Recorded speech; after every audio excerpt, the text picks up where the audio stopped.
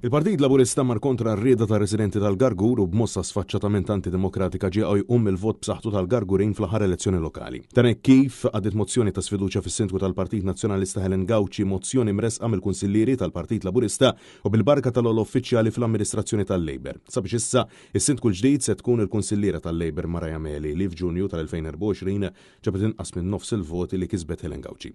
Net News tkellem ma' Mara Jameli li issa Sindku tal-Gargur fisem il-Partit Laburista li ħatfet is-sindakat tal-lokalità kontra l-maġġoranza assoluta tal-votanti Gargurin. Aktar minn 62% madwar 37%. Dawk in-numri, dik id-demokrazija, dik il-maġġoranza. B'xi kummenta dwar. Le, naħseb li kelli ngħid għattu waqt il-laqa. Il-voti tieħdu Ġunju li għadda, il-voti mhux la kemm iġibhom imma li kemm iżommhom. Ġifieri d-demokrazija titlob ukoll il-governanza tajba, it-trasparenza Hemm il-petizzjonijiet ukoll. U l-accountability, eżatt. Ħadna nota tagħha, però ovvjament qed nimxu mal-att tal-gvern lokali. Ġifieri inti qed tgħid li l-Gargur dar. Le, f'mezzi ta' voti ġifieri. Jien qed ngħidlek li l-voti kienu l-Ġunju li għadda.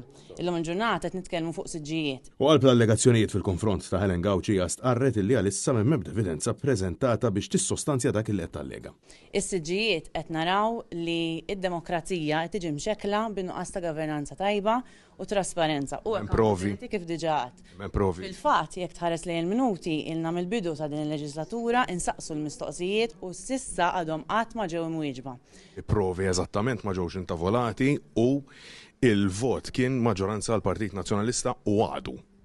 Jiena qatt li d-demokrazija titlob governanza tajba, titlob l-accountability u titlob it-trasparenza. Issa, inti mhux la kemm iġib il-voti. Dan ifisser billi minkejja li l-Partit Laburista sejjaħ għal mozzjoni ta' sfiduċja f'Helen Gawci u finalment mar kontra r-rieda assoluta tar-residenti mhux tal-li m'hemmx evidenza tal-investigazzjonijiet għadhom ma bdewx skont l-issa Sindku Mara Jameli. L-evidenza ovvjament issir minn kif tgħid investigazzjoni. Ġifieri l-investigazzjoni da ma saritx imma il-Kunsill dar ma tagħmilx.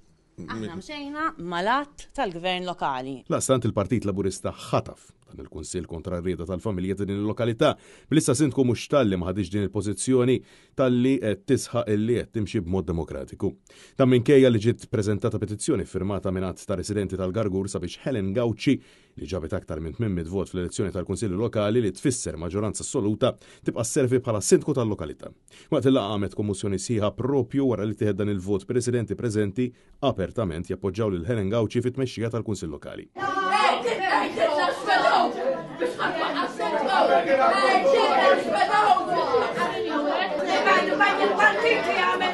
Din il-mossa tikkonferma li għal-Partit Laburista r-rieda tal-poplu ma toġġ u bħal gaffa dittatorjali marru totalment kontra ix-xewqa, il-vot u r-rieda tal-familji tal-Gargur għaliex l-unika għan tagħhom hu il-poter. Fatti li jmur assolutament kontra l-prinċipji li d-demokrazija hija msejsa fuqhom.